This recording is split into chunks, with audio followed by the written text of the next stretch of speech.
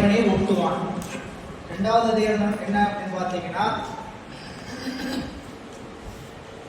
உயிர்களுக்கு வினைப்பயனை இறைவனே ஊட்டுவான். இதுதான் இரண்டாவது அதிகாரத்தோட நோக்கம். அதுல கருத்து, அதாவது தடை சொல்லுகின்ற சமயங்கள் என்ன சொல்றான்னு கேட்டீங்கன்னா, வினை என்ற ஒன்று இல்லை. முதல் ஒருத்தர் சொல்றவங்க என்ன சொல்றாங்க, வினை என்ற ஒன்று இல்லை.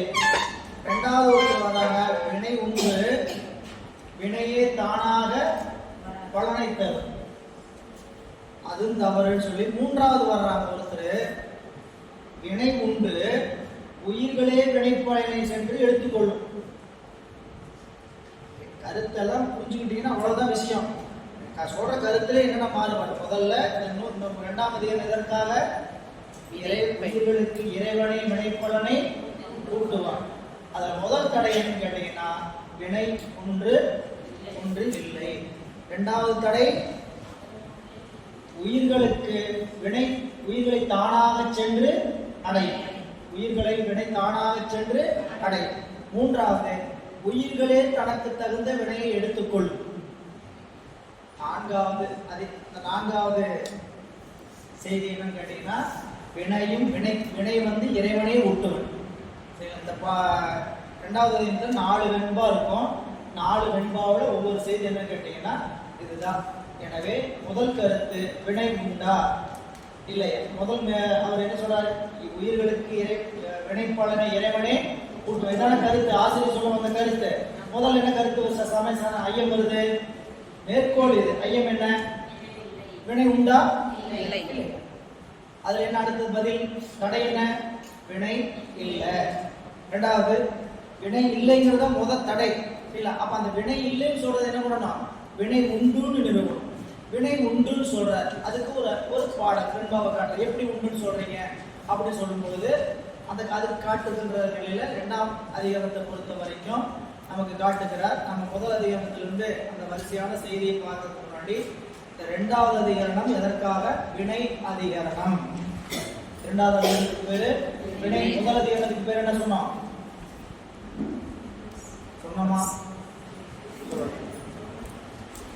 அத்வித அதிகரணம். முதல் அதிகாரத்துக்கு பேரு அத்வித அதிகரணம். இரண்டாவது அதிகாரத்துக்கு பேரு வினை அதிகரணம். வினை இறைவனை ஊட்டுவான் அப்படின்னு சொல்லுகிறார். அதுல வருகின்ற தடைகள் எல்லாம் நீக்கி வினையை இறைவன் தான் ஊட்டுவார். வினை தானாக பயணி சென்று தராத உயிர்களும் வினையை சென்று எடுத்துக்கொள்ளார். யோசிச்சு பாருங்க, வினை சடம். அவங்க முதல்ல கருத்து என்ன சொன்னாங்க, வினை இல்லை. வினை இல்லாம உயிர்களுக்கு ஏன் உடம்பு வந்துச்சு, வினை இல்லைன்னு சொல்றப்பா. வினை இல்லாமல் உயிர்களுக்கு பிறப்பு எப்படி தோன்றியது. அவங்க என்ன கருத்து சொல்றாங்க அப்படின்னா, மீண்டும் உயிர்களுக்கு பிறப்பு கிடையாது. உயிர்களுக்கு ஒரே ஒரு பிறப்பு தான், எடுத்திருக்கிற ஒரு பிறப்பு தான். இந்த பிறப்பு விட்டா மறுபடியும் பிறப்பெல்லாம் இல்லை.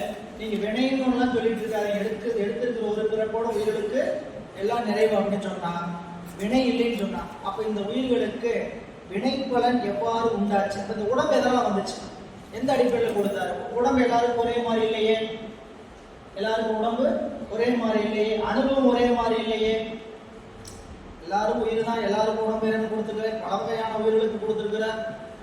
உருவ வேறுபாடு, சரிங்களா, போக வேறுபாடு, எத்தனையோ வேறுபாடெல்லாம் இருக்கு.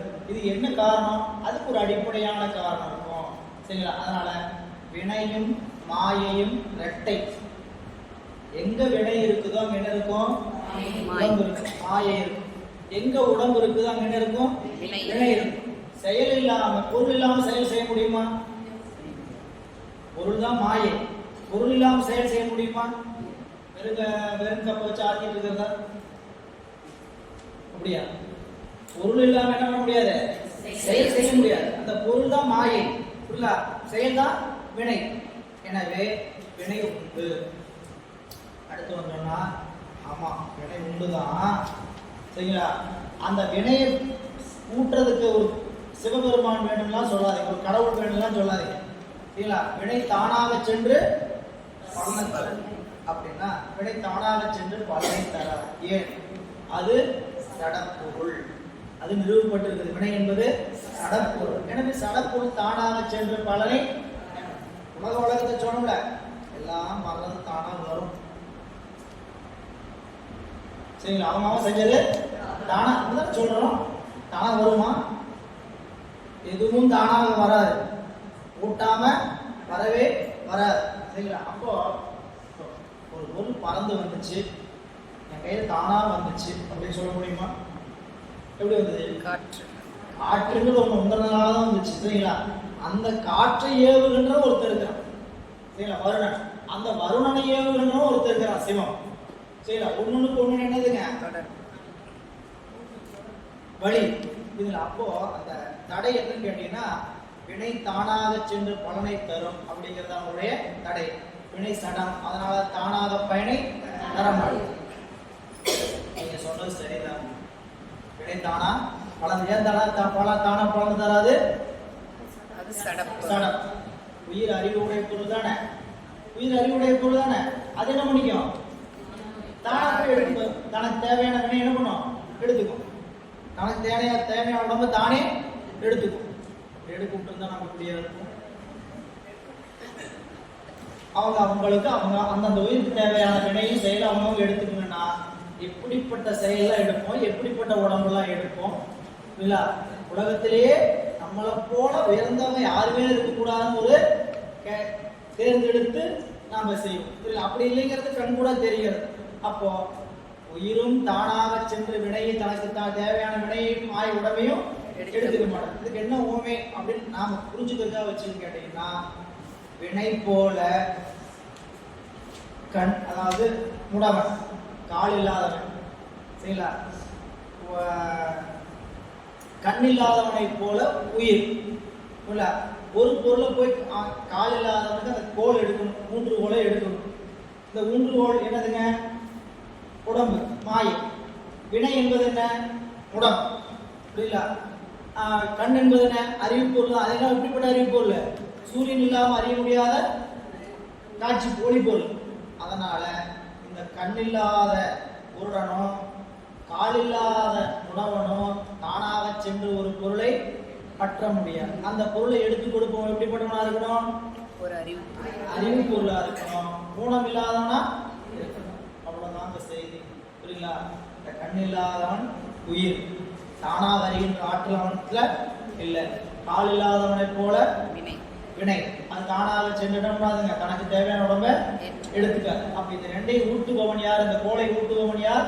இல்ல. அதனாலதான் ஊட்டுவதும் கூட்டுவதும் கூட்டி பிரிப்பதும் ஒன்றொன்றை காட்டுவதும் காட்டி மறைப்பதும் ஆட்டுவதும் ஆட்டி அடக்குவதும் கண்ணுதலும் முன்னமைத்த ஏட்டின்படி என்று இரு அப்படிதான். எனவே மூணாவது செய்தி என்ன கேட்டீங்கன்னா, உயிரும் வினைப்பலனை தானாக சென்று எடுத்துக்கூடாது. அப்ப அந்த மூன்றாவது செய்தி சொன்னதுக்கு அப்புறம் அங்க என்ன வருகிறதுன்னு கேட்டீங்கன்னா, சொல்ற இந்த வினைப்பயனை இறைவனே கூட்டுவான். நாலாவது செய்தி வெண்பாவளியா பாத்தீங்கன்னா, வினைப்பலனை யார் ஊட்டுவாங்க? இறைவனை ஊட்டுவான். ஊமை மூலம் முதல்ல தடைகள் வாயிலாக தடைகளுக்கு எடுத்துக்காட்டு மூலம் என்ன சொல்லிடுறாரு? வினை சடன் முதல் சொல்லிடுறாரு. இரண்டாவது வினை தானாக சென்று அடையாதுன்னு சொல்றாரு. மூணாவது வினைப்பலனை உயிர் எடுத்துக்காதுன்னு சொல்றாரு. நான்காவது சொல்றாங்க வினையை இறைவனை ஊட்டுவான்னு நாலு உண்மை காட்டுறாரு. காட்டினதுக்கு பிறகு மூன்றாவது அதிகரணம் அது எதனால வருது அப்படின்னு பார்த்தீங்கன்னா, உயிர்கள் இறந்து மீண்டும் பிறந்து வரும். உயிர்களுக்கு என்ன உண்டு? இறப்பும் உண்டு அப்படின்னு சொல்லப்படுது. ஆனா உயிர்களுக்கு என்ன கிடையாதுங்கிறாங்க? இறப்பும் பிறப்பும் இல்ல. பிறந்த உயிர்கள் அந்த பிறப்போட அவ்வளவுதான், இறப்பும் பிறப்பும் கிடையாது அப்படின்னு சொல்லக்கூடியவங்க அவங்க ஒரு சமயவாதிகள்.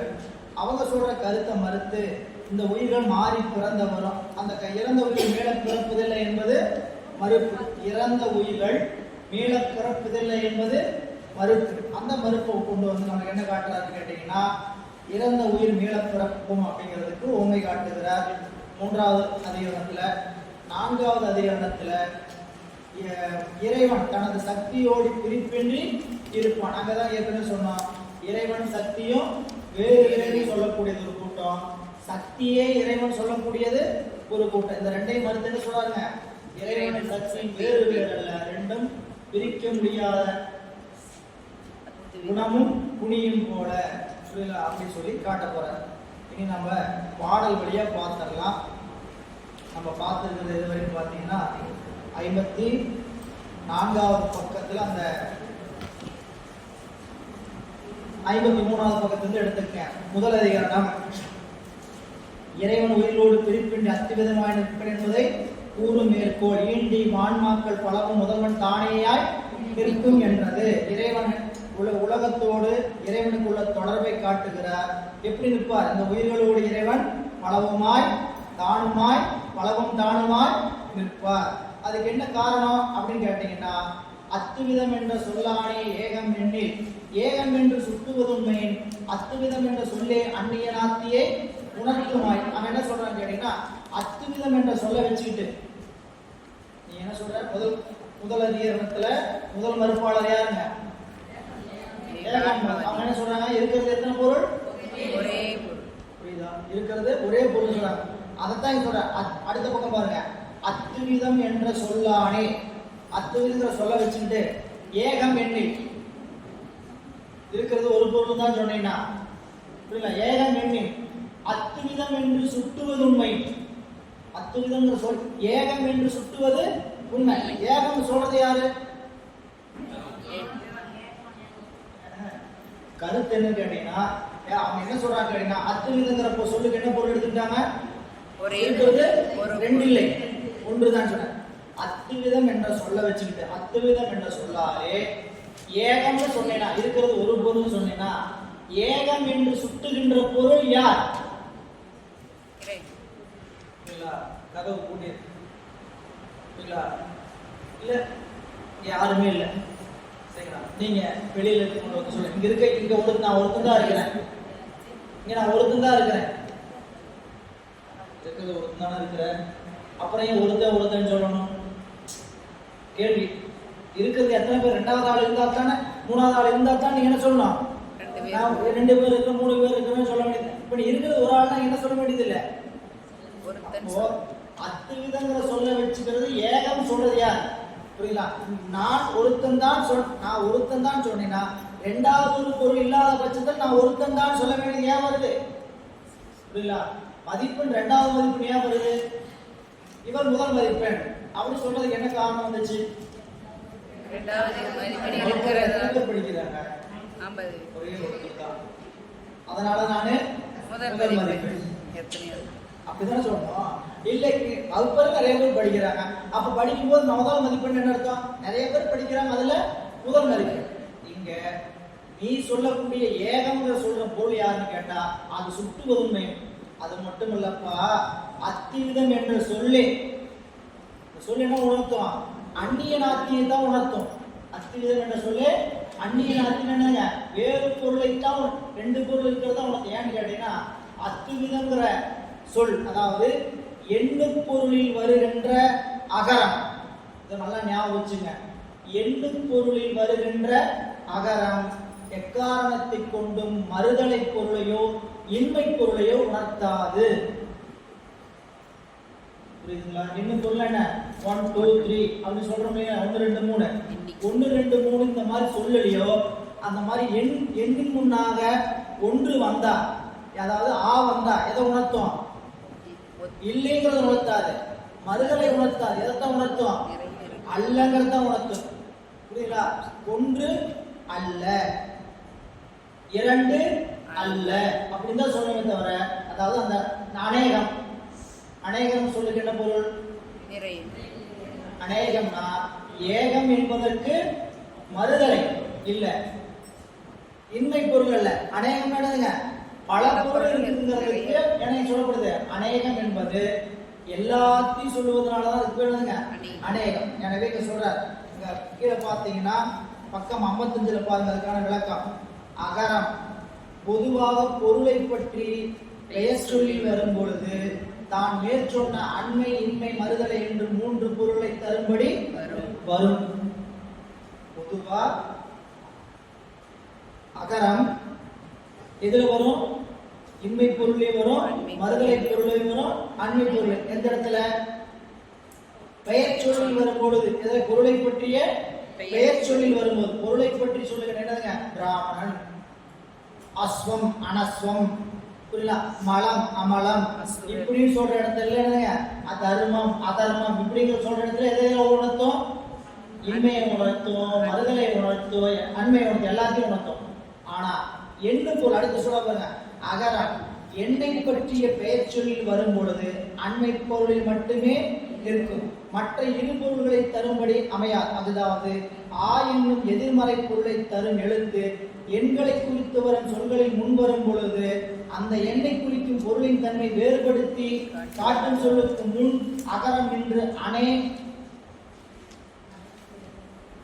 வேறுபடுத்தி காட்டுவதாகவே அமை. எடுத்துக்காட்டாக ஏகம் என்னும் சொல்லுக்கு முன் அகரம் என்று அநேகம் என்றாகி அண்மை பொருளை தரும். ஏகம்னா ஒன்று, சில அநேகம்னா ஒன்று அல்ல. சில ஒன்று அல்ல என்ன சொல்லுவீங்க? அதுக்கு பதில் பல. ஒன்று அல்ல என்னங்க? பல. ஒன்று இல்லைன்னு சொல்லலாமா? ஒன்று இல்லைன்னு சொல்லணும்னா அங்க ஒன்றுமே இல்லை, புரியல. ஒன்று ஒன்றுலாம் வேற இருக்குது அப்படின்னு சொல்ல. ஒன்று அல்லனா பல இருக்கிறது. அதனால அகரம் என்கின்ற எதிர்மறை சொல் எண்ணு பொருளில் வருகின்ற பொழுது எதை உணர்த்தும்? அண்மை பொருளை தான் உணர்த்தும். ஒரு இலக்கண குறிப்போட காமிச்சு மறுக்கிறார். அதுக்கு ஒன்றாய் நிற்பதற்கு ஒரு எடுத்துக்காட்டு வெண்பா, வேறாய் நிற்பதற்கு ஒரு எடுத்துக்காட்டு வெண்பா, உடனாய் நிற்பதற்கு ஒரு எடுத்துக்காட்டு வெண்பா. அதுல முதல் எடுத்துக்காட்டு வெண்பா. கட்டும் குறுக்கும் கரணமும் கொண்டு உள்ளம் இட்டது ஒரு பேர் கொண்டு அழைக்க என் வென்றாங்கு ஒட்டி அவன் உளமாயில்லான் உளம் அவனாமாட்டாது அவன் உளமாய் அல்லனுமாய் அங்கு. பாட்டுடைய கருத்துக்குள்ள படிச்சு சொல்ல போறதில்ல. செய்தி என்ன கேட்டீங்கன்னா, நம்ம உடம்பு பல வகையான பொருட்களை கொண்டு கட்டப்பட்டிருக்கு. நரம்பு, எலும்பு, தோல், மஞ்சை இதெல்லாம் போட்டு கட்டியிருக்கு. இதை எதுக்காக கட்டியிருக்கிறாரு? உயிரை உள்ள வச்சு கட்டியிருக்கிறார். அப்படி கட்டப்பட்ட கட்டும் உறுப்பும் கரணமும் கொண்டு உயிர் உள்ளம் உயிர் இட்டது ஓர் பேர் கொண்டு அழைக்க. இதுக்கு இந்த உடம்புக்கு என்ன பேர் வச்சாச்சு? ஒரு பேர் வச்சாச்சு. இன்னும் ஓர் பேர் சரியில்லை, அந்த பேரை வச்சாச்சு. கூப்பிடுறாங்க, இந்த பேரை வச்சு அழைச்சு கூப்பிடுறாங்க. திரும்பி பார்க்கறது யாரு? உடம்பா உயிரா?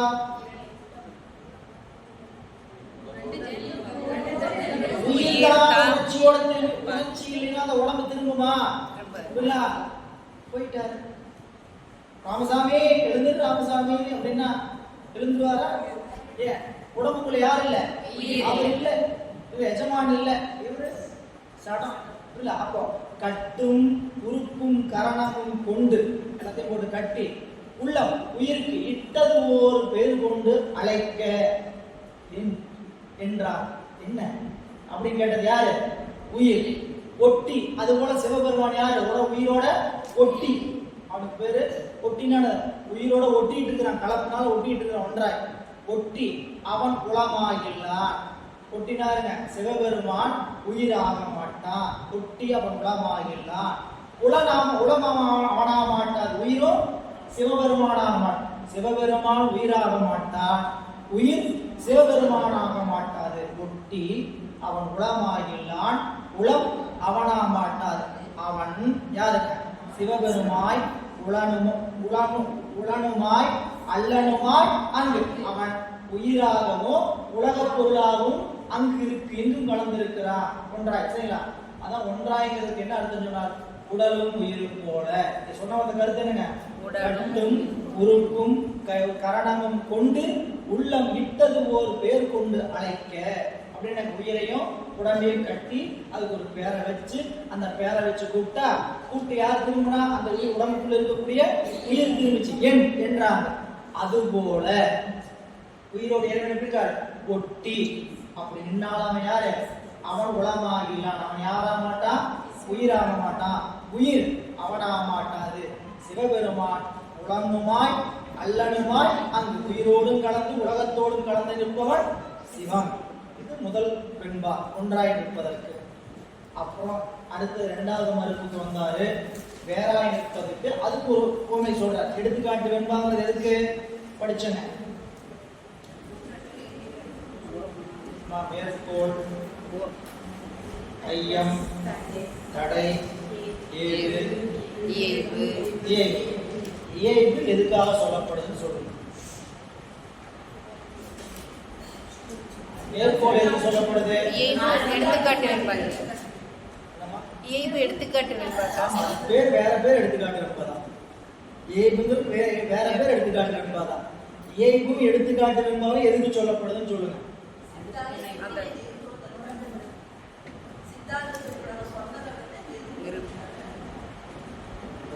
சொல்லலாம். வலியுறுத்துவதற்காக, நிறுவுவதற்காக மேலேயே சொல்லியாச்சு. ஏதுலயே என்ன பண்ணியாச்சு? சித்தாந்த கருத்தை நிறுவியாச்சு. வலியுறுத்துவதற்காக நீங்க மலை மேல புகை இருக்கு, எதை வச்சு சொன்னீங்க? நெருப்பு இருக்கு, எதை வச்சு சொன்னீங்க? புகை இருந்தா நெருப்பு இருக்கு, எதை வச்சு சொன்னீங்க?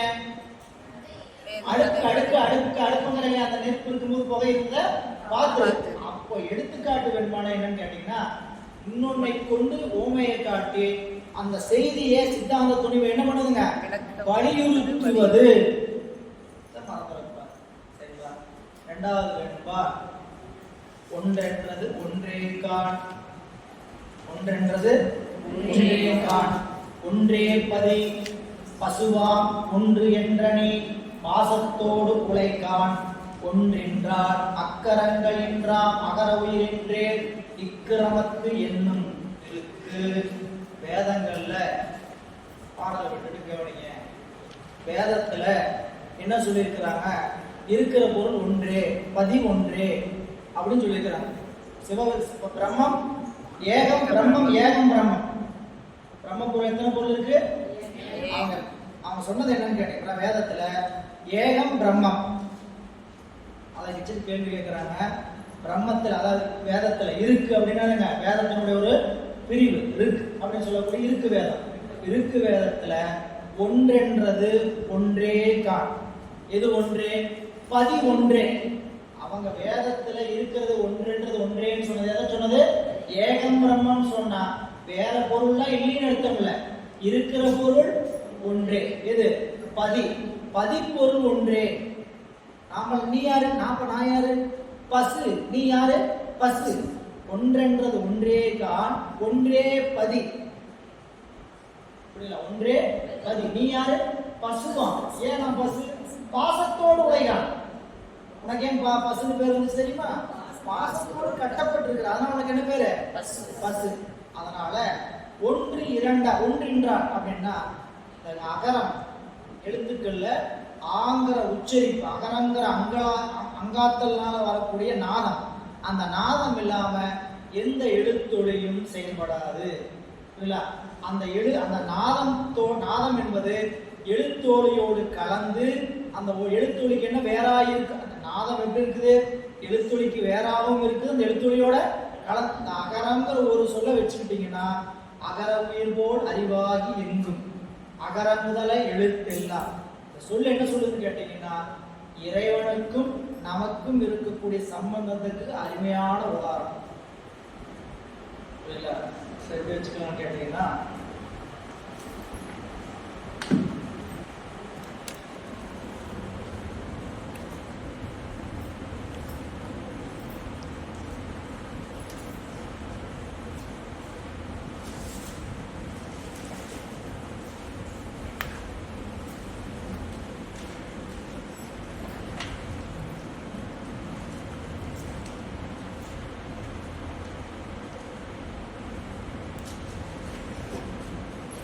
இது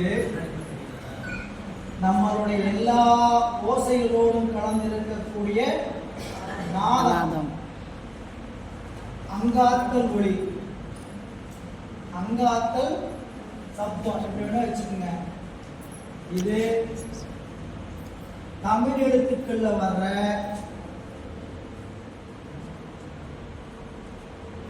தமிழ் எழுத்துக்களில் வரும் ஆவை குறிக்கவில்லை.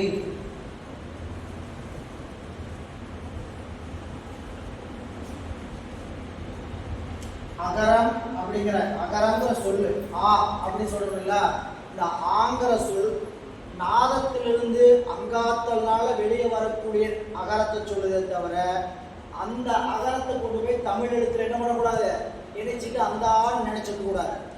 இந்த ஆ இல்லாம தமிழ் எழுத்து ஆ மட்டுமல்ல, எந்த எழுத்தும் தோன்றாது.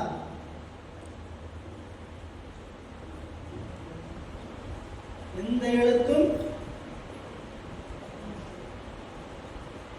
இந்த ஆ மட்டுமல்லங்க, இந்த ஆ மட்டுமல்ல, எந்த எழுத்தும் தோன்ற. எந்த எழுத்தும் என்னதுங்க, எந்த எழுத்தும் என்ன, ஈரெழுத்து மெய் எழுத்து என்ன வேணா வச்சுக்கோங்க, ஏ வச்சுக்கோங்க, பி வச்சுக்கோங்க, புரியுதா, வேற ஏதாவது மொழியில வச்சுக்கோங்க, என்ன வேணா மொழி வச்சுக்கோங்க, புரியல, உங்களுக்கு என்னென்ன மொழி தெரியுமோ அத்தனை மொழி எழுதி வச்சிருக்க. இந்த எந்த எழுத்தாக இருந்தாலும் இந்த நாதம் இல்லாமல் தோன்றாது. இல்ல, இந்த நாதத்தை தான் வள்ளுவர் என்ன சொன்னாரு, எழுத்தெல்லாம் அகர முதல அப்படின்னா எழுத்துக்கள் எல்லாம் நாத மாத்திரையை முதலாக உடையது. அதுபோல உலகத்துக்கு ஆதிபகம் இல்லாமல் இந்த உலகம் இல்லை அப்படின்னு ஓமையை சொல்லி சொன்னார். இல்ல, அப்ப அகர உயிர் போல் அப்படின்னா இந்த ஆ பாருங்க என்னென்னலாம் செய்யுது அப்படின்னு பார்த்தீங்கன்னா, இப்போ இந்த ஆங்கிறது ஒரு மெய்யெழுத்தோட இருக்குது, மெய்யும் உயிரும் கலந்து இருக்குது. சரிங்களா, இந்த மெய்யெழுத்து காவோட என்னென்ன எழுத்துலாம் கலந்துருக்கு, இக்கு கூட்டல் என்னென்ன எழுத்து கலந்துருக்கு, இக்கு கூட்டல் ஆ. சரிங்களா, இந்த இக்குங்கிறது என்ன, உயிர்மெய் எழுத்து. இந்த மெய்யெழுத்து சொல்றோம் இல்லையா, இந்த மெய்யெழுத்துக்குள்ள இந்த ஆ என்ன இருக்குது கலந்து, இந்த ஆங்கிறது தமிழ்ல வர ஆ. புரியல, இந்த தமிழ் எழுத்துக்கள் காங்கிற சொல்லுக்குள்ள மெய்யெழுத்தும் உயிரெழுத்தும் அந்த ஆ கலந்து இருக்குது. அந்த ஆ வந்து உடனாய் கலந்தும் இருக்கும். உடனாய் கலந்து இருக்கும், செலுத்தி நிற்கும். எப்படி நிற்கும், இந்த காவை சொல்லணும்னா வெறும் இதை சொல்லணும், எப்படி சொல்லணும், இக்கு அப்படிதான் சொல்லுவாங்க. கான்னு சொல்றோம்னா எந்த எழுத்து சேர்ந்ததுனால செலுத்துறதுனால சொல்றோம், ஆங்கில எழுத்து சேர்ந்து செலுத்துறதுனால தான் சொல்றாங்க. அப்போ இந்த இக்கு காங்கிற எழுத்துக்குள்ள ஆங்கில எழுத்து என்ன பண்ணுது, செலுத்துனால என்ன அர்த்தம், செலுத்தும் தன்மையால் செலுத்தும்னா என்ன அர்த்தம், உடனாய் இருக்கிறது.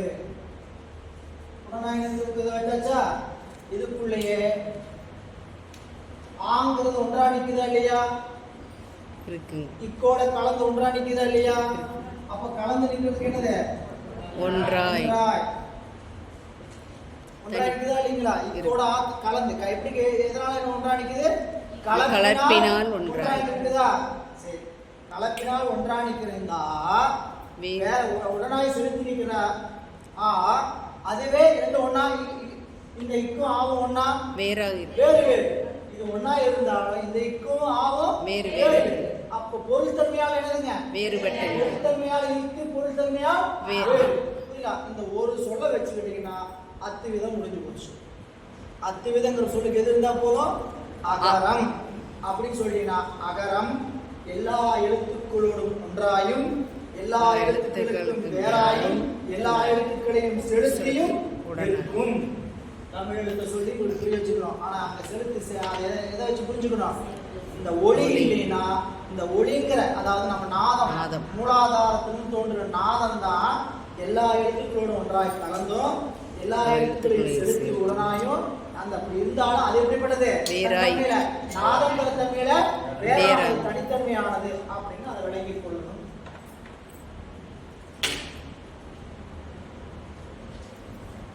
விளங்குதா, விளங்கிக்கணும், விளங்குதுங்களா,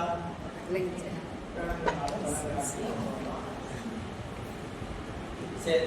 இந்த பாருங்க பக்கமே 58 என்ன செய்தி, நம் மாதவ சிவஞான முனிவர் இதுக்கு சிற்றூரையில் சொல்லும் போது எப்படி எடுத்துக்கிறார், அந்த 2வது சொல்லும் போது பாத்தீங்கன்னா செய்திக்காக சொல்றேன், எப்படி கொண்டு வந்து தடையை நிறுவுறான்னு பாருங்க, என்ன தடை எடுக்கிறான்னு பாருங்க. வேதத்துள் பிரம்மம் அதுக்குள்ள இல்லை, நான் உங்களுக்கு படிக்கிறேன், சிற்றூரில் இருக்கிறத படிக்கிறேன். வேதத்துள் பிரம்மம் அத்துவிதம் என்று கூறியதும் அன்றி, வேதத்துல பிரம்மத்தை என்னன்னு சொல்லியிருக்கிறாங்க, அத்துவிதம் சொன்னது மட்டுமல்லாமல் பிரம்மம் ஏகம் ஏகம் எனவும். பிரம்மத்தை என்ன சொல்லிக்கிறாங்க? அத்விதம் என்று சொல்லாம பிரம்மத்தை ஏகம் ஏகம் எனவும் ஓதுதலின் சொல்லியிருக்கிறதுனால அவ்வாறு ஏகம் என்றதற்கு மறுதலையா பிரம்மத்துல அதே பிரம்ம வேதத்துல தான் என்ன சொல்லிட்டாங்க? பிரம்மத்தை அத்விதம்னு சொல்லியிருக்கிறாங்க. அதே வேதத்துல தான் பிரம்மத்தை ஏகம்னு சொல்லியிருக்கிறாங்க. ரெண்டையும் வேற வேற மறுதலையா சொல்லியிருக்கிறாங்களே வேதத்துல அப்படின்னு சொல்லி மறுதலையாக மேலே உதாரணத்தில் சொன்னீங்க. இறைவன் உயிரோடு ஒட்டி நிற்பன் என இறைவன் எனவும் உயிரினம் வேறுபட கூறுதல் எதற்காக? வேதத்துல இறைவன் எப்படி இருப்பாரு?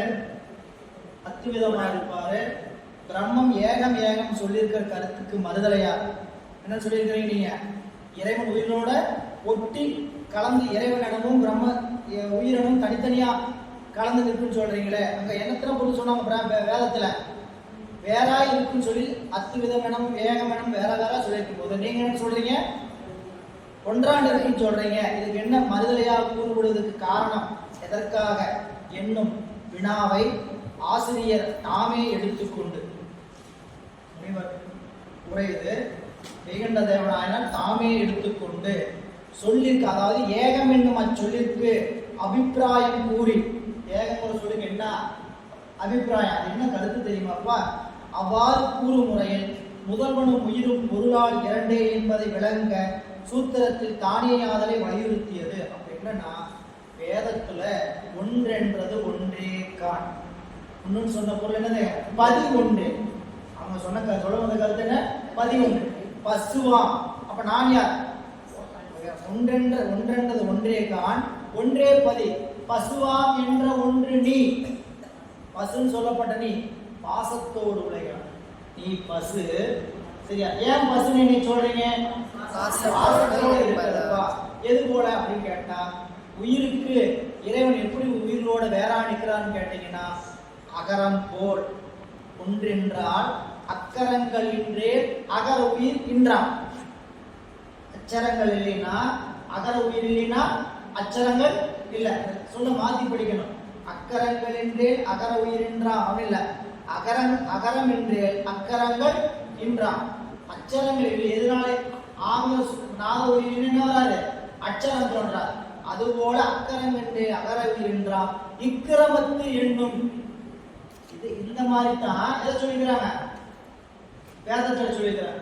அதாவது ஆ இல்லாம எந்த சொல்லும் இல்லை அப்படின்னா என்ன அர்த்தம்? ஆ இல்லாம எந்த சொல்லும் இல்லைன்னா வேற சொல்லில்லைன்னு அர்த்தமா?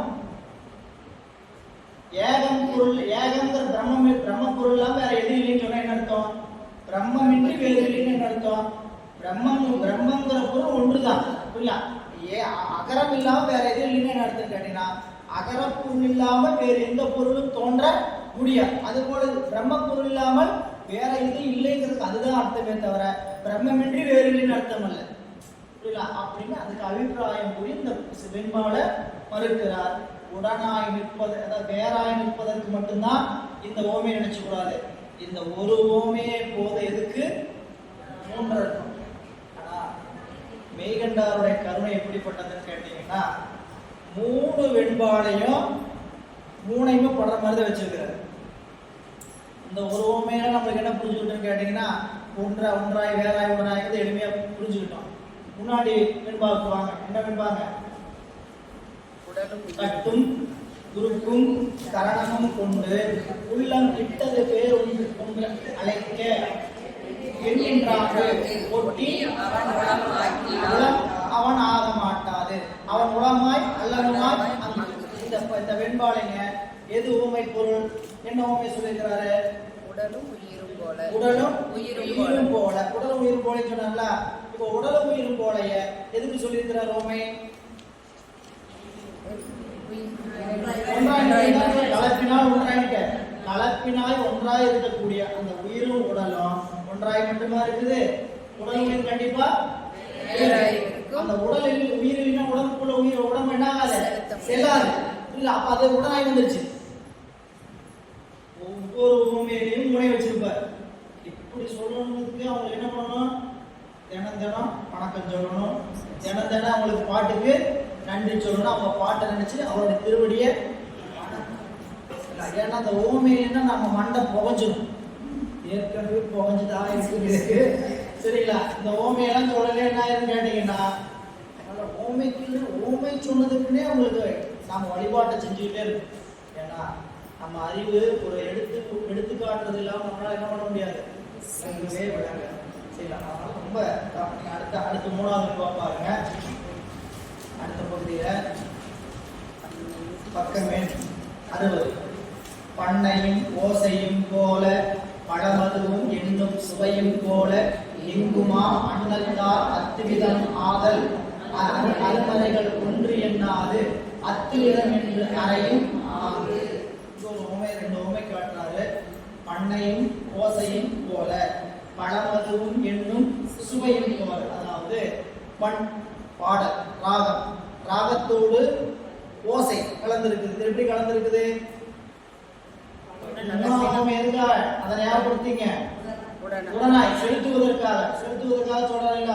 பண்ணையும் ஓசை, ராகமும் அதுல வரக்கூடிய இசை ஓசையும் போல, இந்த ராகத்துல வரக்கூடிய ஓசையை போல. இந்த ராகமும் ஓசையும் எது இல்லாம ஓசை எழுதாது, ராகத்தை ஏற்படுத்தாம ஓசை எழுதாது. ஓசை எழுதுனா ராகத்தை ஏற்படுத்தும். இது போல இறைவன் வந்த பொருளை என்ன பண்றாங்களா, உயிரை செலுத்துறார். பண்ணையும் ஓசையும் போல பழமதுவும் என்னும் சுவையும் போல. அப்படின்னு பழத்துல இங்க தொட்டினாலும் சாப்பிட்டா இனிக்கும், அங்க தொட்டினாலும் சாப்பிட்டா இனிக்கும். அது போல இறைவனுடைய திருவுருள் எப்படி இருக்குது, எங்கும் கலந்து இருக்குது. சரிங்களா? இந்த பண்ணையும் ஓசையும் கலந்து இருக்கிறதுனாலதான் நமக்கு என்ன நிகழுது, இறைவன் மூன்றாவது செயல் செய்வதற்கு எதற்காக படிச்சோம். இருப்பது எதற்காக, செலுத்துவதற்காக உடனாடிக்கிறார். அப்படி செலுத்த வேண்டிய அவசியம் என்ன? நம்ம ஒரு செயலை செய்து அனுபவப்படுத்துறது. அப்போ இந்த பண்ணையும் ஓசையும் ரெண்டு சேர்ந்தாதான் நமக்கு என்ன வரும், அனுபவம் வரும். வெறும் பண்ணுன்னு மட்டும் இருந்தாலும் அனுபவம் வராது, வெறும் ஓசை மட்டும் இருந்தாலும் அனுபவம் வராது, வெறும் பழமா மட்டும் இருந்தாலும் அனுபவம் வராது, வெறும் அதுல ரதமா இருந்தாலும் மட்டும் அனுபவம், சுவை வெறும் சுவை இருந்தாலும் மட்டும் அனுபவம் வராது. அப்ப இது ரெண்டும் எப்படி இருக்குது, கலந்து இருக்கு, அனுபவத்துக்காக. சரி, அது போல இறைவன் உடனாய் இருப்பதற்காக அனுபவத்துக்கு செலுத்தும் தன்மையால் என்ன பண்றான், உடனாய் இருக்கிறான். பண்ணையும் ஓசையும் போல பழமதுவும் என்னும் சுவையும் போல அண்ணா எங்குமா அப்படின்னுங்க. எங்கும் அப்படின்னா பெருமான் எங்கும் கலந்திருக்கக்கூடிய அத்துவத்தோட எங்குமா அண்ணல் தாள், இறைவனுடைய திருவருள், அவனுடைய திருவடி எப்படி இருக்கலாம், எங்குமா அண்ணல் தாள் அத்துவிதமாதல், அவனுடைய கலந்திருக்கிறத அருமறைகள் ஒன்று எண்ணாது. அருமறைகள் என்ன சொன்னாது, ஒன்றும் சொல்லாது, அத்துவிதம் என்றுதான் அங்கு அறையும். சரிங்களா? அங்க அப்படி சொல்லப்பட்டிருக்கிறது என்ன கருத்துக்காக சொல்லப்படும், இறைவன் பொருளால் வேற இருக்கிறான்னு சொல்றதுக்காக சொல்லியிருக்கிறாங்களே தவிர இறைவன் உயிரும் எப்படி இருக்குது, ஒன்றாம் தன்மையும் வேறாம் தன்மையும் உடலாம் தன்மையும் தான் இருக்கிறத காட்டுகின்ற பகுதி. கீழே இதன் பொருள் பாருங்க. பண்ணையும் ஓசையும் போல, பண்ணும் அதனோடு பிரிப்பின்றி நிற்கும் ஓசையும் போலவும், பழமதுவும் என்னும் சுவையும் போல, பழமும் அதனோடு பிரிப்பின்றி நிற்கும் சுவையும் போல எங்குமா அண்ணல் தாள், எல்லா இடத்தும் வியாபகமாக நிற்கின்ற முதல்வன் திருவருள். இந்த ஓமை எதுக்குன்னு கேட்டீங்கன்னா, இறைவன் எல்லா இடத்திலும் வியாபகமாக நிற்கிறாங்கிறதுக்காக ஓமை. இந்த ஓமை வேற எதுக்காக புரிஞ்சுக்கூடாது. பழத்தோடு சுவை எப்படி கலந்துருக்குது, எல்லா இடத்துலையும். ஒரு பாட்டை கேட்டீங்கன்னா அந்த பாட்டை ராகம் எப்படி இருக்குது, எல்லா இடத்துலையும். அது போல இறைவன் எப்படி இருக்கிறாரு, எல்லா இடத்திலும் கலந்திருக்கிறார். அதை சொல்லிட்டு சொல்றார், எங்குமாம் அண்ணல் தாள் அத்துவிதமாக சொல்றார். எல்லா இடத்தும் வியாபகமாக நிற்கின்ற முதல்வன் திருவள் அத்துவிதமாக உயிர்களோடு பிரிப்பின்றி நிற்கும். அப்படி பிரிப்பின்றி அருமறைகள் ஒன்றியன அவ்வாறு நிற்கும் முறைமை பற்றி வேதங்கள் பிரம்மம் ஏகம் என்று கூறியதோடு நில்லாமல், ஏன் பிரம்மம் ஏகம்னு சொன்னதோடு நிற்காம அத்துவிதங்கிற வார்த்தையும் பயன்படுத்துறாங்க. அப்படிங்கிற முதல்ல சொன்னாங்க இல்லையா, அத்துவிதங்கிறது ஒரு இடத்துல சொல்லிட்டு ஏகம் ஒரு இடத்துல சொல்லி வச்சிருக்கிறீங்க, எதியா நெச்சம் கேட்டார். ஏகம்னு சொன்னதுக்கு என்ன காரணங்கிறது சொல்றார். அவ்வாறு நிற்கும் முறைமை பற்றி வேதங்கள் பிரம்மம் என்று கூறியதோடு இல்லாமல் அத்துவிதம் என்றும் அறையும் அங்கு அறையும் அத்துவிதம் என்றும் சில இடங்களில் கூறும் என்று இந்த இடத்துல இந்த பாடலை காட்டுற. எனவே இறைவன் ஒன்றாய் வேறாய் ஒருநாய் இருக்கு 3 உண்மை சொன்னார், 3 பாடலை விளக்கம் சொன்னாரா, தனித்தனி உண்மை சொன்னாரா? ஒரு சமயவாதி வந்துட்டான். நீங்க என்னங்க ஒரு கருத்து சொல்லாம பல கருத்து சொல்றீங்க, நீங்களும் அநேகாந்தவாதியா? யார் அநேகாந்தவாதி? மாயாவாதி பார்த்தோம், அவன் ஏகாந்தவாதி. இன்னும் நிறைய வாதிகள்லாம் இருக்கிறாங்க. முதல் நூல் போல படிச்சுமா இல்லை உலகாயுதம், அவன் என்ன வாதி படிச்சோம்? நாத்திகவாதி. உலகாயுதம் யாரு? நாத்திகவாதி. ஒவ்வொருத்தரும் ஒரு வாதி, அவனுக்கு ஒரு வியாதி. அவனுக்கு ஒரு அது தற்க ஒரு நோய் தானே, சரிங்களா? அப்போ ஆன்மீக நாத்திகவாதி அந்த மாதிரி ஒவ்வொரு வாதி மாதிரி நீங்க என்ன அநேகாந்தவாதியா இருக்கிறீங்க? அநேகாந்தவாதம்னு என்ன யார் சொல்றாங்க? சொல்லியிருக்கோம். யார் சொல்றாங்கம்மா? அநேகாந்தவாதம் சமணர்கள். அவங்க தான் என்ன பண்றாங்க? ஒரு பொருளை உண்டுன்னு கேட்டா என்ன சொல்லுவாங்க? 7 கொள்கை சொல்லுவாங்க. எத்தனை கொள்கை? 7 கொள்கை. கடவுள் உண்டா? உண்டுமா? 1. இல்லையுமா? 2. 3 உண்டுமா? இல்லையுமா? 4 சொல்ல ஒணாதது, சொல்ல முடியாது. 5 உண்டுமாம் சொல்ல ஒண்ணாதது. 6 இல்லையுமாம் சொல்ல ஒண்ணாதது. 7 உண்டுமாம் இல்லையுமாம் சொல்ல ஒண்ணாதது. இதுதான் அவங்க கொள்கை. இல்லையா? நீங்களும் ஒன்றாய் வேறாய் உடனாய் தனித்தனியா ஓமை காமிச்சிட்டு இருக்கிறீங்க. தனித்தனியா நீங்களும் அநேகாந்தவாதியா அப்படின்னு அவங்க தடை வச்சாங்க. சொன்னாங்க நமக்கு அறிவு ரொம்ப கம்மியா இருக்குது. இந்த 3 உண்மையிலையுமே தனித்தனியாலாம் சொல்லலை, ஒரே உண்மையில என்ன வச்சிருக்கிறேன்? எல்லாத்தையும் தான் சொல்லியிருக்கிறேன். மண்டை வாங்கலை, உன் அறிவு வாங்கலை. உனக்கு எப்படி சொன்னா புரியும்? அல்ல வெளிப்படையா சொன்னாதான் புரிய மாட்டேங்குது. 4வது உண்மை வைக்கிறார். அறக்கொடி சேர்த்தி அனைத்தற்கற் போல் குறுக்கி உடைங்கியது ஒன்றா என்று பிரிப்பின்றி நானே உலகம் தமிழை உலகுதல் யானை உலகம் என்று என்று அப்படின்னா அரக்குக்கல்லு சாணக்கல்லு. சாணக்கல்லுக்குள்ள என்னெல்லாம் போட்டது? சாணக்கல் இருக்கு, அரக்கு கல், வெங்கச்சாங்கல் தூள், இதெல்லாம் சேர்ந்து போட்டு ஒன்னா கலந்துருக்கு. அப்போ அப்படிதான் சாணம் பிடிக்கிறதுக்கு பயன்படுத்துறாங்க. அரக்கு பட்டறையெல்லாம் பண்ணி வீட்டு பக்கம்லாம் வந்து சாணம் பிடிக்கிறதுக்கு பிடிக்கும். அந்த அரக்கு கல்லுக்குள்ள என்னென்ன இருக்குது? அரக்கு, வெங்கச்சாங்கல் போன்ற கத்தூள்லாம் போட்டு வச்சா இப்போ அதை வெளியே பார்க்கும்போது என்ன தெரியுது? தெரியும். வேற கற்களும் சரி. அறக்கோடு சேர்த்தி அனைத்த அக்கல் போல், இது ஓமை. அனைத்த அக்கல் போல். இப்போ அதுக்குள்ள பார்த்தாவே நம்மளுக்கு தெரியுது அரக்கும் கல்லும் எப்படி இருக்குது? ஒன்றா. ஒன்றானுக்கு தெரியுதா? ஒன்றா இருந்தாலும் இது 2 வேறு வேறு பொருள் கணக்கு தெரியுதா இல்லையா? கலத்திருக்கனால ஒன்றா நிற்குது. கல்லோட கல்ல கலந்து நிற்கிறதுனால அது ஒன்றா இருக்கு.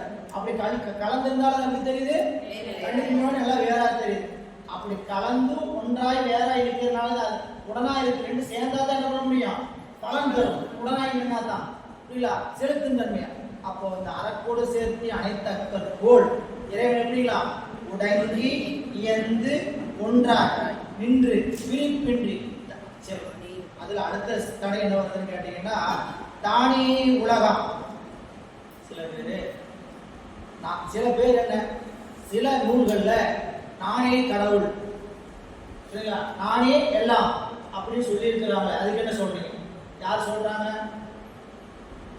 மனித பிறப்படுத்தவங்க நானே எல்லாம், நானே பிரம்மமாகிறேன் அப்படின்னு சொல்றாங்களே, அதுக்கு என்ன அர்த்தம் அப்படின்னு சில நூல்கள் எடுத்துக்காட்டி அதுக்கு அப்படி சொன்ன கருத்துக்கு என்ன அர்த்தம் கேட்டீங்கன்னா, அந்த கருத்து சிவமா தன்மையில நிற்கிறதுனால அந்த செயலை செய்யும் போது நானே அது அப்படி நிற்கிறேன்னு சொல்றாங்களே தவிர அதுக்கு கருத்து நான் தனி ஒரு நானே பிரம்மம் அப்படிங்கிற அர்த்தத்துக்கு சொல்லல அப்படின்னு சொல்லி இந்த பாட்டை காட்டுறாரு. பாருங்க, அந்த பகுதி முன்னாடி படிச்சிடறேன். முன்னாடி சொன்ன ஓமைன்னு பின்னாடி படிச்சிருக்கேன். கீழே பகுதி பாருங்க. தமியேன் உளம்புகுதல் யானே உலகு என்பன் என்று. அவ்வாறாயின் எவ்வாறாயின் உடங்கு என்று பிரிப்பின்றி தானே உலகம் முதல்வனும் உயிர்களோடு கூடி நீக்கமின்றி உடனாய் முதல்வனும் உயிர்களோடு கூடி நீக்கமின்றி உடனாய் நிற்பன். கூடி என்றதனால் கூடின்னு சொன்னதனால என்னாச்சுங்க? ஒன்று ஆதலும். நிற்பன் என்றதனால் வேறு ஆதலும். நீக்கமின்றி என்றதனால் உடனாதலும். சொல்லுவார் நீக்கமின்றி நிற்கும் அப்படின்னு சொல்லிட்டு வேணா போச்சு. ஒண்ணுமே சொல்லியாச்சு. அந்த வார்த்தை பாருங்க. உடங்கு ஏந்து நின்று பிரிப்பின்றி தானே உலகம். உடங்கு ஏந்துங்கிற வார்த்தை என்னதுங்க? கூடி. உடங்கு ஏந்துங்கிற வார்த்தைக்கு பேரு கூடி. கூடி என்றதனால் ஒன்றாதனால். வேற வேறையா கூடி கூடி சேவங்கடியா சிரிப்பா. கூடினாவே என்ன அர்த்தம்? ஒன்னா சேர்ந்ததான கூடன்னு அர்த்தம். சரிங்களா? தனியா இருந்துட்டா கூடதுக்கு பேரு கூடி கூடி நடியா நிற்பார் சிரிப்பார் கழிப்பார். கூடின்னு சொன்ன மாதிரி ஒன்றுன்னு சொல்லிட்டார். அடுத்து சொல்றாரு ஒன்றாதலம். உடனா கூடி என்றதனால் ஒன்றாதலம். அது சொன்னார் நிற்பன் என்றதனால். சரிங்களா? நிற்பன் என்ன அர்த்தம்? நான் நிற்பேன் அப்படின்னு அர்த்தம். நாம தனியா நிக்கிறோம். அதனால சொல்றேன் நிக்கிறேன். புரியல? நிக்கிறோம்ங்கிறது வேற, நிக்கிறேங்கிறது வேற. சொல்ல அதான். சரி, நிக்கிறேன் அப்படின்னு அர்த்தம். அப்ப தனியா நிக்கிறது தரப்பட்டது. இறைவன் வேறு பொருளா தனியா நிக்கிறது. கூடி என்றதனால ஒன்றாயும், நிற்பன் என்றதனால வேறாயும். அடுத்தது சொல்ற வேறு ஆதல் நீக்கமின்றி என்றதனால். சரிங்களா? நான் உங்களை விட்டு எப்பயுமே நீங்க மாட்டேன்னு அர்த்தம். உடனாயிருப்பதும் தரப்பட்டது. மூணு சொல்லல. ஒன்றாய் வேறாய் உடனாய் என்பதை சரி. அடுத்த பகுதி அதை படிச்ச புரியும். அப்பதான் புரியும். தமியே உளம்புகுதல் யானே உலகு என்பன் என்று. அவ்வாறாயின் உயிர்களும் முதல்வன் போல. தடை என்ன? இறைவன் உயிர்களோடு ஒன்றாணிக்கிறது ஓகே. சரிங்களா? நீங்க சொன்னவங்க நான் சொல்றேன். உயிர்களை எப்படி இருக்குது? இறைவனோட ஒன்றாயும் வேறாயும் நிக்குது. இறைவன் அப்படி நிக்கிறாரு, உயிர்கள் அவரோட அப்படிதான் நிக்குது. அப்படின்னு சொன்னா உயிர்கள் என்ன ஆயிடும்? அதுவும் அப்படின்னு தடை எழுப்பிட்டான். சொல்றார் அவ்வாறாயின் உயிர்களும் முதல்வன் போல் ஒன்றாயும் வேறாயும் உடனாயும் நிற்கும் இலக்கணமுடையன் என்று கொள்ள வருமே என்றார். வராது. எதனாலெனில் ஆசக்கூட்டத்தில் நீங்கி தனியாய் நின்ற உயிரின் அகத்து அம்முதல்வன் சிவோகம் பாவனையால் புகுந்து உயிர் வேறு தான் வேறு என பிரிப்பின்றி அவ்வுயிரேயாய் நிற்பதால் தன் அகத்தில் முதல்வன் நிற்கும் உரிமை பற்றி அம்முத்தி காலத்தில் யானே உலகமெல்லாம் ஆயினேன் எனப்பட்டது. எனவே முத்தியில் உயிர்கள் இறைவனை போன்று இலக்கணமுடையன என்று சர்வ ஞானோத்தரங்கிற ஒரு நூல்ல யானே எல்லாமுமாய் அல்லனுமாய் உடனாய் நிற்கிறேன். சிவஞான முனிவர் விளக்கம். அவரு ஒரு நூற்பாடம் செஞ்சுட்டு பாட்டு எழுதிட்டு போயிட்டார். சரிங்களா? அவர் இந்த நூலை படிச்சுட்டு என்ன நம்மளுக்குலாம் எடுத்துக்காட்டி சர்வ ஞானோத்தரத்துல இந்த இடத்துல யானே உலகு என்பேன் நான் எல்லாமாய் சொல்றாரா இல்லையா? கிருஷ்ண பரமாத்மா பகவத்கீதையில நானே எல்லாமாய் நிற்கிறேன்னு சொல்றாரா இல்லையா? அப்படின்னா அவர் என்ன கடவுளா? கோச்சுப்பீங்க, என்ன பண்றது? அதுதான். அவரும் பிறப்படுத்தவர் தான். சரிங்களா? அவரும் பிறப்படுத்தவர். அதனால அவர் என்ன சொல்ற? யானே உலகமாய் நிற்கிறேன்னா அவரை போல சிவபூஜை செஞ்சவங்க கிடையாது. நீங்க முதல்ல அதை விளங்கிக்கணும். கிருஷ்ணனை போல சிவபூஜை செஞ்சவங்க இல்ல, ராமரை போல சிவபூஜை செஞ்சவங்க இல்ல. இவங்கள கடவுளை சிவபெருமானையே பூசை பண்ணணும். இவங்களுக்கே எல்லா ஆற்றல் இருந்து இவங்க போய் சிவபெருமானை பூசிச்சார்கள். படிக்கிறோமா இல்லையா? ராமேஸ்வரம் வரலாறு படிக்கிறோம்.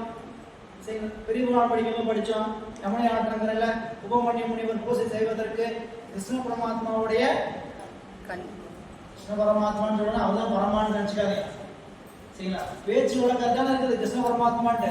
இல்ல, யமுனை ஆற்றங்கள் அவர் செஞ்ச பூசை கோவை போய் எடுத்துட்டு வந்து இப்படி பண்ணாரு. என்ன காரணம்?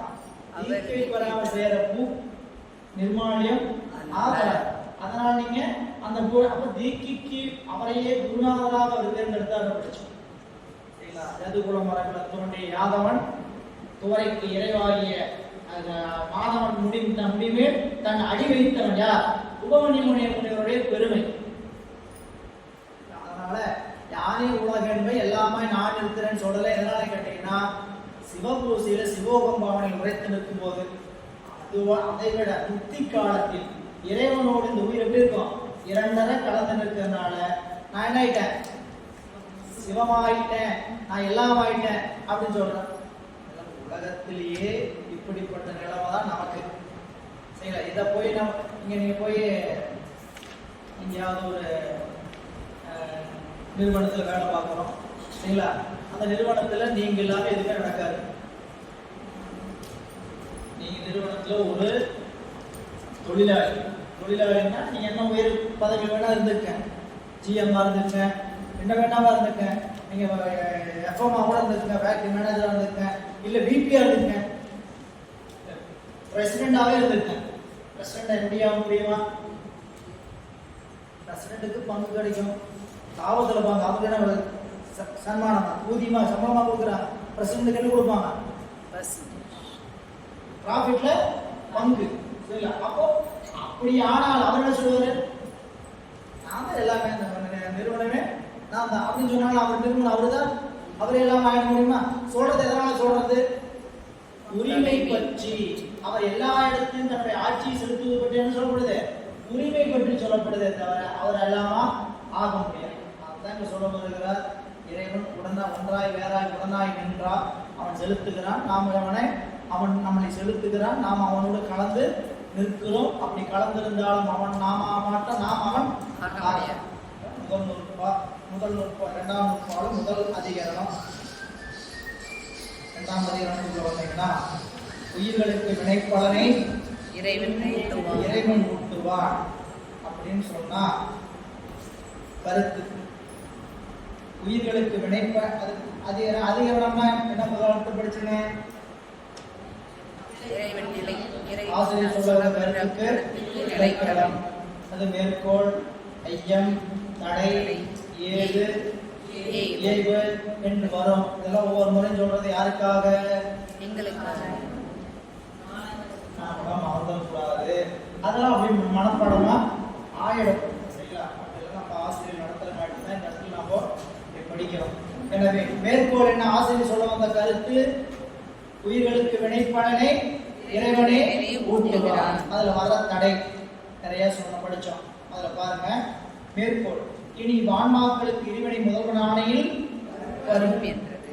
ஆன்மாக்களுக்கு இறைவனை யார் வழியா வரும்? முதல்வன் ஆணையின் சக்தி வழியாக வரும். உயிர்களுக்கு இவ்வான்மாக்களுக்கு இறைவனை முதல்வன் ஆணையில் வரும். ஆணை என்னதுங்க? சக்தியினால். ஆணைன்னு சொன்னா நம்ம என்ன படிக்கணும்? சக்தியினால், ஆணையினால். இறைவன் தன்னுடைய சக்தியை செலுத்தி உயிர்களுக்கு வினைப்பலனை கூட்டுவான். அதுக்கு என்ன ஏது? ஐயம் பண்ணீங்க, தடை எழுப்பிக்கீங்க, வினை இல்லைன்னு ஒரு தடை. அதுல உள்ள போய் பார்ப்போம். வினை இல்லை, வினையே பலனை தரும், உயிரிலே வினை எடுத்துக்கொள்ளும். இறைவன் தான் வினைப்பலனோடு தனித்தனி வெண்பாக படிப்போம். ஆனா உயிர்களுக்கு வினைப்பலனை இறைவனே ஊட்டுவானதற்கு என்ன ஏது? என்ன சித்தாந்த துணிவு என்ன அப்படின்னு கேட்டா, ஒரு நகரையை காப்பான், பாடிகாவல் இட்டாங்கு அவனது ஆக்கினை ஆகலாம். ஒரு நகரத்தை, ஒரு நாட்டை காக்கக்கூடிய அரசன் என்ன பண்ணுவான்? அந்த நாட்டை காப்பதற்கு அதற்குரிய ஒருவனை பாதுகாவலாக நினைத்து அந்த தன்னுடைய அரசாணையை செலுத்துவான். அதுபோல இறைவனுக்கு எது பாதுகாவலர்? அவர் தன்னுடைய தொழிலை செய்யறதுக்கு எதன் வழியாக செலுத்துறார்? சக்தியின் வழியாக. ஆணை சொல்ற, ஒரு நகரியை காப்பான், பாடிகாவல் இட்டாங்கு அவனது ஆக்கினை ஆகான். இறைவன் ஆணையால் உயிர்களுக்கு வினைப்பலன் வரும் என்பதை விளக்கும் ஏது. பாருங்க, ஒரு பட்டினத்தை காக்கும் அரசன் தனது ஆணையை உரியவனாகி ஒரு அதிகாரியிடத்தில் வைத்து செய்வது போல இறைவன் புதுப்படைப்பை செய்யும் தன் சக்தியை இருவனின் இடமாக வைத்து ஆதலால் இனி இந்த உயிர்களுக்கு இறைவனின் முதல்வன் ஆணையில் வரும் என்பது. இறைவன் புதுப்படைப்பை செய்யும் போது அந்த செயலை யாரை கொண்டு செய்கிறார்? சக்தி. சக்தியை கொண்டு செய்கிறார். அந்த சக்தியின் வாயிலாக உயிர்களுக்கு அந்த வினைப்பலனை கொண்டு வந்து படைப்பை கொண்டு வந்து கொடுக்கிறார் அப்படின்னார். அதுக்கு எடுத்துக்காட்டு வெண்பா. முதல் வெண்பா என்னன்னு கேட்டீங்கன்னா, நகரி எழுதிக்கீங்க, அது ஏதுக்கு மேல இடத்துல எழுதிக்கீங்க. நகரி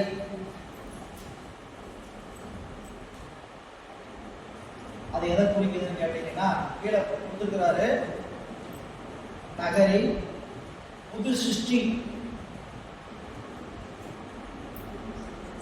புது சிருஷ்டி. சிருஷ்டின்னா என்னதுங்க? படைத்தல். வடமொழிக்கான புது படம். நீங்க சிருஷ்டின்னு எழுதிங்க. எல்லாமே சித்தாந்தம் படிக்க தர்க்கம் படிக்கணும்னா ரெண்டுமே தெரிஞ்சு வச்சு தான் படிக்க முடியும். இது அதெல்லாம் நம்ம அன்னை வடிவேல் முதலியார் எழுதியிருக்கிற சிவஞான போதத்துக்கு சுத்தமான செந்தமிழ் உரை படிச்சு சொல்லணும், படிச்சு கேட்கணும்னா அதுக்கெல்லாம் அவங்க சித்தாந்தத்தை தான் ஆழமா படிக்கணும். சிவஞான போதத்தை ஆழமா படிச்சதுக்கு அப்புறம் அந்த கலைச்சொல்ல நீங்க நினைக்கிற மாதிரி தமிழ்ல படிச்சு பார்க்கணும். ஒரு சுவையான உரை.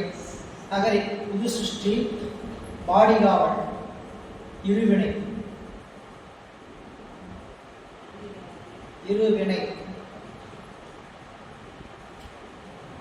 அவனது ஆக்கினை சக்தி. அரசன் முதல்வன்.